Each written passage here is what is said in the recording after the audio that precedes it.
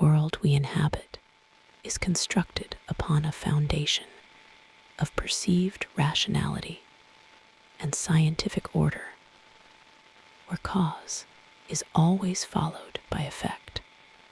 However, there exists a shadow catalogue of events that defies this comfort and suggests that our reality is far more porous than we dare to admit.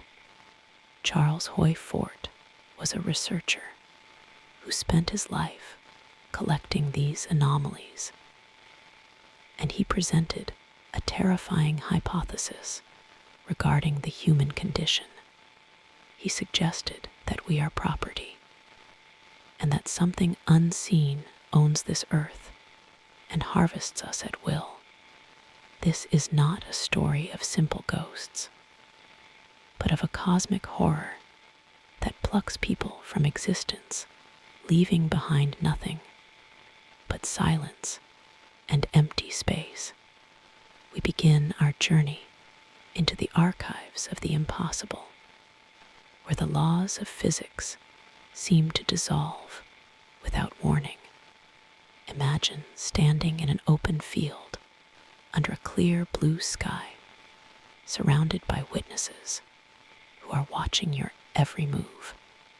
It seems like the safest place in the world, yet history records instances where individuals have vanished from such spots in the blink of an eye. The term Fortean Phenomenon encompasses these baffling events, where the explanation is harder to accept than the mystery itself. These are not cases of running away or getting lost in the woods, but instances of immediate and total dematerialization. The air seems to ripple, and a person who was there 1 second is gone the next, leaving their voice echoing for a moment before that too is swallowed by the void. We must look at the case of Orion Williamson to understand this terror. It was a warm July day in 1854 near Selma, Alabama, when Orion Williamson, a planter, sat on the veranda of his farmhouse with his wife and child. He rose from his chair and told his family he was going to walk across the pasture to move his horses to the shade. The field was sparse, and the grass was low, offering no place to hide or crouch unseen.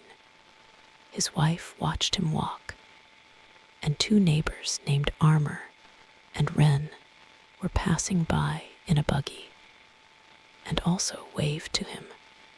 Williamson walked with a steady gait, appearing perfectly normal as he traversed the open ground. Then, as he reached the center of the pasture, the ground did not swallow him, nor did the sky take him. He simply ceased to be visible. His wife screamed, and the neighbors Armour and Wren ran from their buggy toward the spot where Williamson had just been standing. They searched the ground frantically, expecting to find a sinkhole or a hidden well, but the earth was solid and unbroken. They ran in widening circles, calling his name, until their voices grew hoarse, but there was no answer. The grass was undisturbed, and there were no footprints leading away from the point of vanishing. It was as if a hole in reality had opened up, and Orion Williamson had stepped through it into another dimension. The horror of the situation was absolute, because it happened in full daylight under the watchful eyes of 3 people. News of the disappearance spread quickly, and soon 300 men from the surrounding area gathered to scour every inch of the field. They formed lines and combed the grass, and they probed the ground with iron rods, hoping to find a hidden cavern. Geologists came later to examine the bedrock, but found nothing that could explain a sudden drop or cave-in. The most chilling aspect of the Williamson case came weeks later, when his son claimed to hear his father's voice crying out for help. The voice sounded faint and distant, as if it were coming from beneath the ground or from far away in the sky. It continued for weeks, slowly growing weaker, until it faded into silence, leaving the family in a state of perpetual torment. We move from the sun-drenched fields of Alabama to the cold and mist-shrouded peaks of the Green Mountains in Vermont. There is a region known as the Bennington Triangle, which is an area of dense forest that has swallowed hikers and hunters for decades. Between 1945 and 1950, a series of disappearances occurred here that defy all logical explanation. The most famous is that of Paula Jean Weldon, a sophomore at Bennington College. It was the first day of December in 1946 when she set out for a hike on the long trail. She was dressed in a red parka, which should have made her highly visible against the gray winter landscape of the woods. Several people saw Paula Jean Weldon walking along the road toward the trail entrance, and she stopped to ask a group of hikers about the distance. She was last seen rounding a bend in the path, walking steadily into the deepening woods. When she did not return to her dormitory that evening, a massive search operation was launched. The FBI and the state police and hundreds of volunteers combed the mountainside. Despite the red parka and the relatively confined area, not a single thread of clothing or a footprint was ever found. It was as if the forest had simply absorbed her into its ancient timber. The search dogs that were brought in reacted strangely, refusing to track her scent past a certain point on the trail. The local folklore speaks of a stone that swallows men and of a wind that speaks in human voices. The indigenous people of the area had long avoided Glastonbury Mountain, believing it to be cursed ground where the four winds met. In the years following Weldon's disappearance, others vanished in equally strange circumstances. A veteran named James Tedford disappeared from a moving bus between stops. His belongings were still on the luggage rack, and a bus timetable lay on his empty seat. But the man himself was gone. The passengers saw nothing, and the driver saw nothing. He had simply ceased to exist while surrounded by people in a moving vehicle. This reinforces the Fortean idea of selective abduction. Charles Hoy Fort wrote about a teleportation force, or a cosmic selective process, that he called teleportation long before science. Fiction popularized the term. He gathered accounts of rains of frogs and stones and organic matter that fell from clear skies, suggesting a sky sea above us. If things can fall from this upper realm, then it stands to reason that things can also be pulled up into it. The disappearances in the Bennington Triangle suggest a localized doorway or a feeding ground where the veil between worlds is dangerously thin. Those who vanish are not merely lost, but are taken by a force that operates outside our understanding of space and time. The terror lies in the randomness of the selection. We must now turn our gaze to the sea, which has always been a source of mystery and dread for mankind. The case of the Flannan Isles lighthouse keepers is perhaps the most disturbing maritime mystery in recorded history. In December of 1900, a steamer passing the remote islands in the Outer Hebrides of Scotland noticed that the lighthouse light was not burning. A relief ship named the Hesperus was sent to investigate the silence. When the relief keeper Joseph Moore rowed ashore, he found the gate to the compound closed and the flagstaff bare.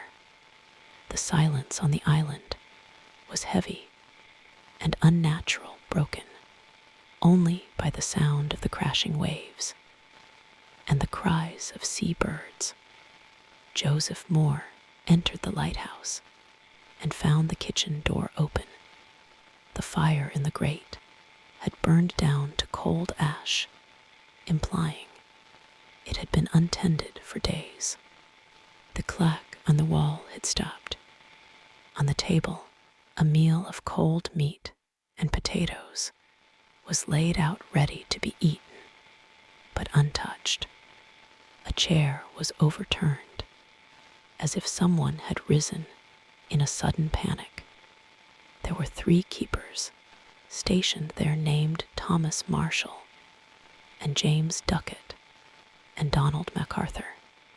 All 3 were seasoned men who knew the dangers of the ocean and the protocols of the lighthouse service.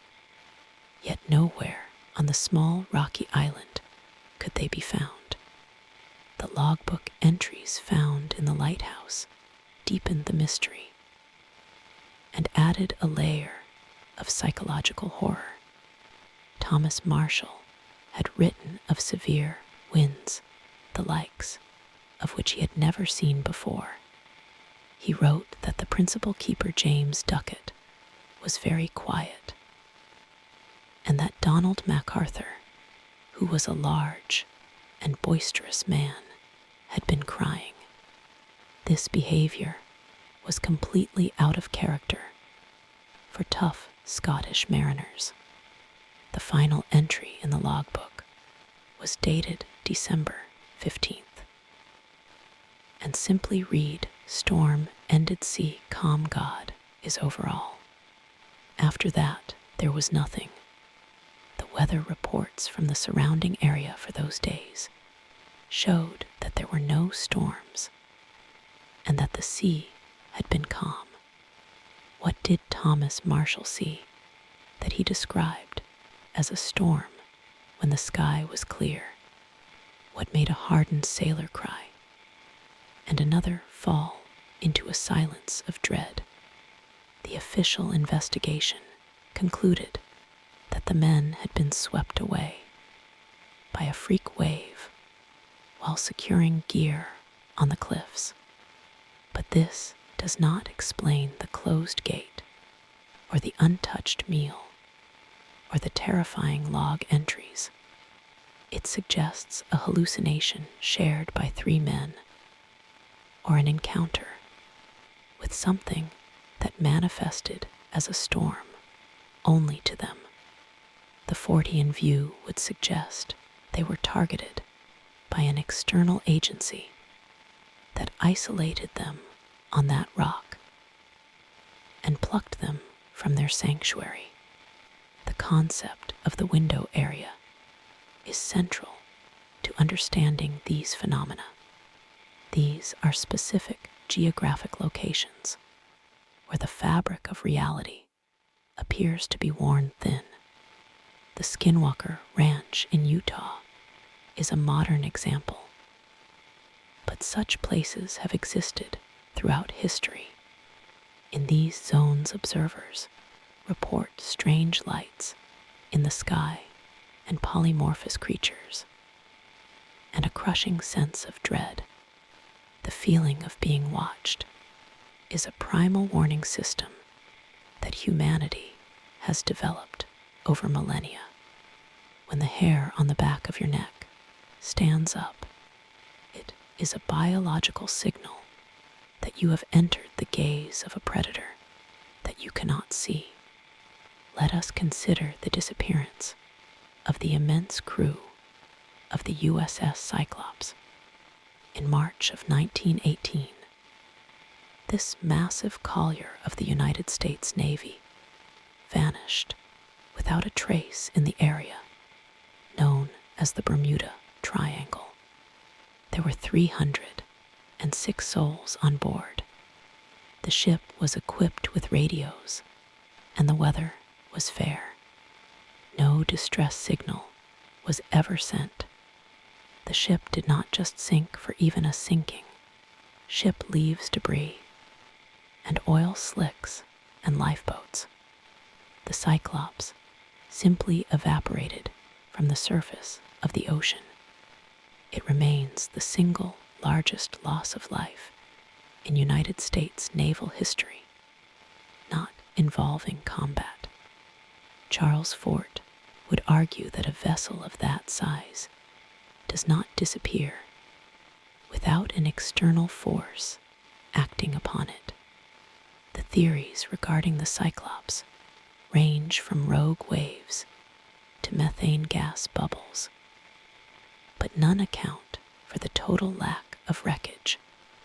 A more disturbing possibility aligns with the accounts of ghost rockets and Foo Fighters seen by sailors for centuries. If we accept the possibility of aerial abduction, then a ship isolated on the open ocean is the perfect target. The silence of the radio is the most telling detail. Whatever happened to the Cyclops happened instantly and encompassed the entire vessel at once. It was a mass subtraction from our reality, leaving the ocean's surface undisturbed. There are cases where the victim is returned, but is changed forever or remembers nothing. These are the near misses of the Fortean world. In 1975, Travis Walton was working with a logging crew in the Apache Sitgreaves National Forest in Arizona. They saw a luminous craft hovering in the woods. Walton approached it and was struck by a beam of light that threw him backward. His crewmen fled in terror, and when they returned, Walton was gone. For 5 days, he was missing, and the local police suspected the crew of murder. Then Walton reappeared by the side of a road, dehydrated and confused. The Walton case is significant because of the multiple witnesses and the polygraph tests they all passed. This was not a solitary hallucination. Something physical and technological interacted with them. The Fortean perspective does not necessarily label these intruders as extraterrestrial in the sci-fi sense, but as operators of a machinery that is beyond our comprehension. They treat humans as we might treat tagged wildlife. We capture and measure and release without explaining our motives to the animal.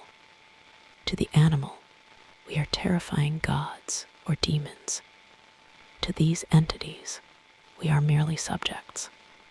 The horror of these abductions lies in the powerlessness of the victim. We pride ourselves on our dominance over the natural world. We have mapped the globe and split the atom, yet we are defenseless against a force that can pluck a man from a secure room or a ship from the sea.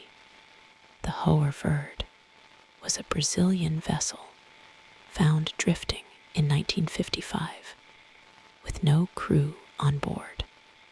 A gun was found on the bridge, and a message was scrawled on the blackboard in Portuguese saying, "There is no salvation."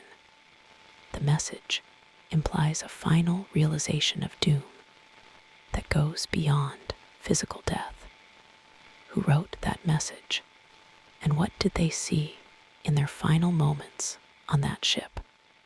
The phrase, "there is no salvation," suggests a spiritual or existential crisis. It is the realization that the forces besieging them are absolute.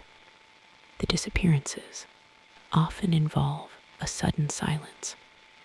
In the forests of North America, seasoned hunters have reported the woods going suddenly quiet right before a strange event. The birds stop singing and the insects cease their drone. This is the Oz effect, a term used by researchers to describe the sensory isolation that precedes an encounter. During the Oz effect, the victim feels as though they have been placed in a bell jar. The familiar world is visible, but distant and muffled. It is in this state of sensory dislocation that the abduction often occurs. It is as if the local time and space around the victim has been paused or separated from the main timeline. This allows the abductor to operate without interference. When the event is over, the sounds of the forest return, and the victim is either gone or left, standing in confusion with missing time.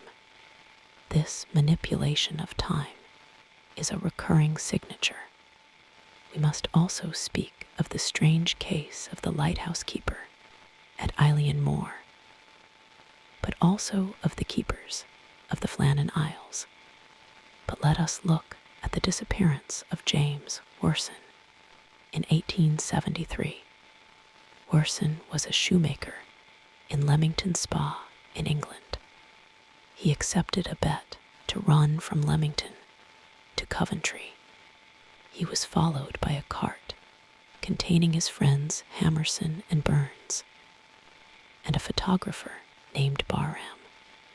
Worson was running in the middle of the road, and he was in clear view. He suddenly stumbled and pitched forward, giving out a terrible cry. But instead of hitting the ground, he vanished in mid-fall before he could touch the dirt. The witnesses in the cart were stunned. They stopped and searched the road, finding only Worson's footprints, which ended abruptly. They took pictures of the empty road, which was a rare piece of forensic evidence for the time. The ground was dug up, but no pit was found. Worson had been erased. This case mirrors the Orion Williamson event and suggests that there are trapdoors in reality. Perhaps these men did not die, but are suspended in a state of frozen time just outside of our perception. They might be screaming right next to us, but we lack the senses to hear them. Charles Hoy Fort suggested that we are like cattle and that the earth is a farm. If this hypothesis holds any weight, then the disappearances are merely the farmers coming to collect their stock. This removes the malice from the act. and replaces it with a cold indifference, which is far more terrifying. A farmer does not hate the cow he takes to the slaughterhouse. He simply has a use for it. If we are being harvested, then our entire history and civilization is nothing more than a pen we have built for ourselves to feel safe within while we wait for the selection. The vast forests of the national parks in the United States contain clusters of disappearances that David Paulides has cataloged. He notes that many vanishings occur near granite fields and water sources. Children are found miles away in terrain that they could not possibly have traversed on their own. Some are found with their clothes removed and folded neatly. This detail of the folded clothes echoes the Flannan Isles mystery, where the daily routine was interrupted, but signs of order remained. It suggests a compulsion or a trance state induced by the abductor. In one harrowing account, a young boy vanished from a campsite while his parents were only feet away. He was found days later in a location that required mountaineering gear to reach. The coroner could not determine a cause of death. There were no marks of predation by bears or cougars. The boy simply appeared to have been dropped there, or placed there by something that could navigate vertical cliffs with ease. The absurdity of the location is a hallmark of the Fortean event. It defies the physical capabilities of the victim and the searchers. The element of high strangeness often accompanies these events. Strange mists and geometric shapes in the sky and hums that vibrate in the chest are reported. In the Dyatlov Pass incident in the Ural Mountains in 1959, 9 hikers died in circumstances that terrified the Soviet investigators. They cut their way out of their tent from the inside and ran into the snow without proper clothing. Some had internal injuries comparable to a car crash, but had no external bruises. One was missing her tongue. The final investigation cited a compelling natural force as the cause. The Dyatlov Pass case combines all the elements of a Fortean tragedy: the remote location and the irrational behavior of the victims and the physical anomalies of the bodies. The clothing of the hikers was found to be radioactive. Witnesses in the area reported seeing glowing orange spheres in the sky on the night of the incident. This connects the terrestrial tragedy with an aerial phenomenon. The hikers were not killed by an avalanche. They were driven to their deaths by something that terrified them into madness, and then inflicted impossible injuries upon them. As we examine these cases, a pattern emerges of an intelligence that is mocking our attempts to understand it. The clues left behind are often contradictory or absurd. A folded piece of clothing, a stopped clock, a radio that works but sends no signal. It is a theater of the absurd played out with human lives. Charles Fort believed that these entities enjoy the confusion they cause. He wrote that the earth is a place where things are constantly being brought in and taken out. We are the traffic in a cosmic interchange. There is a lingering dread that comes from realizing our vulnerability. We lock our doors and we install alarm systems to protect ourselves from other humans. But how do you protect yourself from a force that can walk through walls or lift you into the sky? The walls of our reality are not as thick as we think. Every unexplained disappearance is a crack in the glass. When you walk alone in the woods or look out at the dark ocean, remember that you are in the habitat of something else. The stories of Orion Williamson and the Flannan Isles and the Bennington Triangle are not just historical curiosities. They are warnings. They tell us that safety is an illusion. We live on a strange planet, surrounded by a universe that is teeming with life forms that we cannot see. Some of them are indifferent, and some of them are hungry. The next time you feel that sudden chill or that sense of being watched, do not ignore it. It might be the only warning you get before the world you know dissolves into mist. We are left with the silence of the missing, the thousands of people who walk out the door and never come back. Their stories are unfinished sentences in the book of humanity. They are the damned, as Fort called them, excluded from the data because they do not fit the model, but they are out there somewhere. Perhaps they are watching us from the other side of the veil, waiting for the day when we too will step off the edge of the map and join them in the gray nowhere. In the end, we must ask ourselves if we are truly the masters of this world. The evidence suggests otherwise. We are tenants on a property that has changed hands many times, and the landlords are still here, walking among us unseen. They take their rent in the form of our lives. So when you find yourself in a lonely place and the silence becomes too deep, remember that you are never truly alone. The Fortean Phenomenon is the shadow that walks beside you, waiting for the moment when the light fails. The darkness is not empty.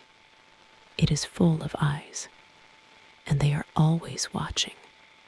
This concludes our descent into the archives of the unexplained. Sleep well if you can.